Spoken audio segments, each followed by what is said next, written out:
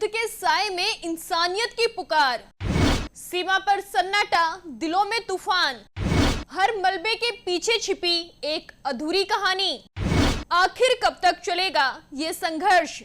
इस वक्त एक बार फिर दुनिया की निगाहें पश्चिम एशिया पर टिकी हैं, जहां इजराइल और हमास के बीच का युद्ध अब अपने सबसे निर्णायक और शायद सबसे विनाशकारी मोड़ की ओर बढ़ रहा है। इजराइल के प्रधानमंत्री बेंजामिन नेतन्याहू ने गाजा पट्टी में मौजूद आम नागरिकों को चेतावनी देते हुए इलाका खाली करने का अल्टीमेटम दिया है। रिपोर्ट्स के मुताबिक इजरायली सेना एक बड़े सैन्य अभियान की तैयारी में है, जो कभी भी शुरू हो सकता है।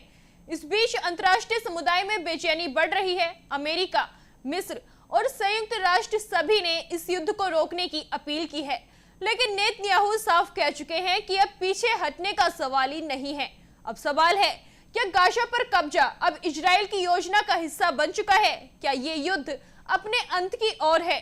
और सबसे जरूरी सवाल, क्या इस टकराव में कहीं आम इंसान ही तो सबसे बड़ा शिकार नहीं बन रहा? दरअसल इजराइल अब हमास के खिलाफ अपने सैन्य अभियान को तेज करने की तैयारी में है। प्रधानमंत्री बेंजामिन नेतन्याहू ने इसी वजह से गाजा पट्टी में मौजूद आम नागरिकों के लिए चेतावनी जारी की है। AFP की रिपोर्ट के मुताबिक उन्हें गाजा खाली करने के लिए समय दिया गया है। नेतन्याहू अब जल्दी घातक अटैक का आदेश दे सकते हैं।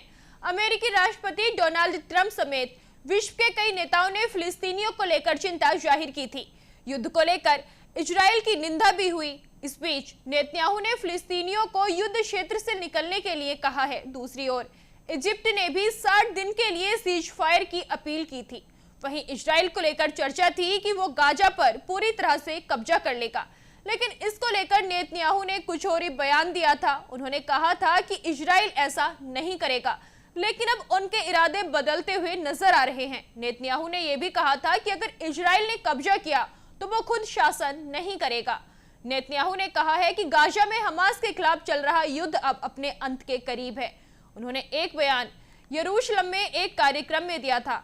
नेतन्याहू ने कहा, इन्हीं दिनों जब हमें खत्म करने आए लोगों के खिलाफ बड़ी जीतें हासिल हो रही हैं, जब हम अभियान के अंत के करीब खड़े हैं और सभी बंधकों को मुक्त कराने का प्रयास कर रहे हैं, तब हम यरूशलेम में अपने अस्तित्व और आजादी का जश्न मना रहे हैं। आपको बता दें, इजराइल और गाजा के बीच लंबे वक्त से युद्ध चल रहा है। इसी वजह से अब तक हजारों लोगों की जान जा चुकी है। पूरे क्षेत्र में भुखमरी की स्थिति भी बनाई है। तो ये था फिलहाल का हाल। एक ऐसा युद्ध जो सिर्फ सीमाओं का नहीं, इंसानियत की सहन शक्ति का भी इम्तिहान ले रहा है।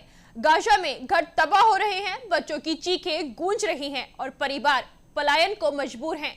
इजराइल का कहना है कि वो आतंकवाद के खिलाफ लड़ रहा है, लेकिन सवाल ये भी है कि इस लड़ाई की सबसे बड़ी कीमत कौन चुका रहा है? हर बम के साथ एक जिंदगी खत्म हो रही है और हर मलबे के नीचे एक अधूरी कहानी दबी हुई है। नेतन्याहू का कहना है कि युद्ध अपने अंतिम चरण में है, लेकिन इस अंत तक पहुंचने में कितनी और जानें जाएंगी, ये सोचने वाली बात है।